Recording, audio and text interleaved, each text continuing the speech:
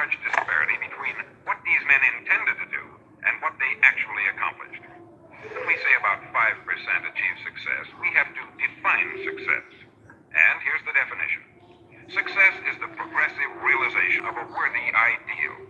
If a man is working toward a predetermined goal and knows where he's going, that man is a success. If he's not doing that, he's a failure. Success is the progressive realization of a worthy ideal. Rollo May, the distinguished psychiatrist, wrote a wonderful book called Man's Search for Himself. And in this book he says, the opposite of courage in our society is not cowardice, it is conformity. And there you have the truth. It's conformity. People acting like everyone else, without knowing why, without knowing where they're going. Now think of it. In America right now, there are over 14 million people 65 years of age and over. And about 13 million of these 14 million are broke.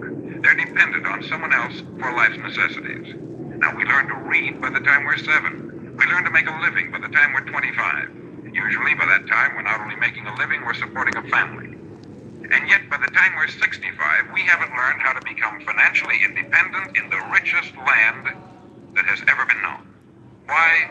We conform. And the trouble is that we're acting like the wrong percentage group. The 95% who don't succeed. Now why do these people conform? Well, they don't know really. These people believe that their lives are shaped by circumstances, by things that happen to them, by exterior forces. They're outer-directed people. A survey was made one time that covered a lot of men, working men, and these men were asked this question: why do you work? Why do you get up in the morning? 19 out of 20 had no idea. If you ask them, they'll say, everyone goes to work in the morning. And that's the reason they do it, because everyone else is doing it. Now let's get back to our definition of success. Who succeeds? The only man who succeeds is the man who is progressively realizing a worthy ideal. He's the man who says, I'm going to become this, and then begins to work toward that goal. I'll tell you who the successful people are. A success is the school teacher who's teaching school because that's what she wanted to do. The success is the woman who's a wife and mother because she wanted to become a wife and mother and is doing a good job of it. The success is the man who runs the corner gas station because that's what he wanted to do.